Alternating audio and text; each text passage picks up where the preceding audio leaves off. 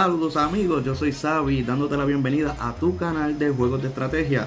He creado este canal con el propósito número uno de ayudarte a crecer en este tipo de juegos.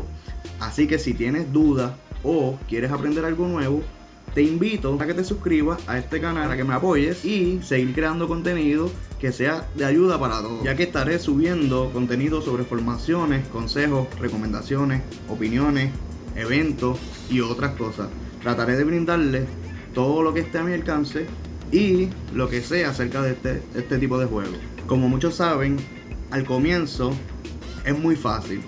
Solo con 2 horas puedes alcanzar el nivel 8 o el 9, pero luego ya la cosa se va complicando en recursos y en tiempo de construcción, ya que comienzan a ser un poco exagerados. Por otra parte, están los destructores del servidor. Yo los llamo de otra forma, pero no lo puedo mencionar aquí.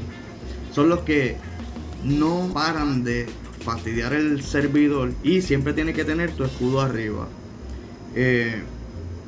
Esto lleva a muchos a abandonar el juego, ya que pues no los dejan crecer, obviamente.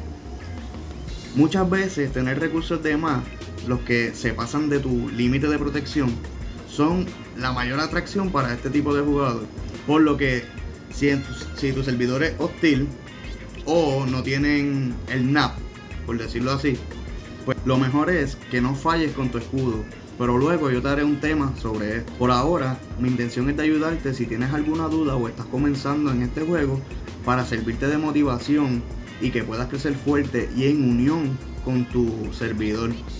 Si gastas poco o no gastas nada de dinero, sé que mi contenido estará hecho para ti. Así que espero que te agraden mis videos, me apoyes con tus likes, te suscribas y me comentes qué te pareció mi presentación.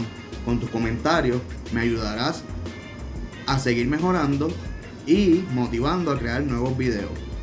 Con esto llegamos al final de mi presentación, no sin antes darte las gracias por verla hasta el final. Un fuerte abrazo, se despide Xavi.